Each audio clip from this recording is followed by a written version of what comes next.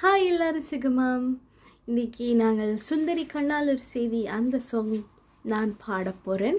என்னோட செய்தி நீங்களும் பாட போகிறீங்க.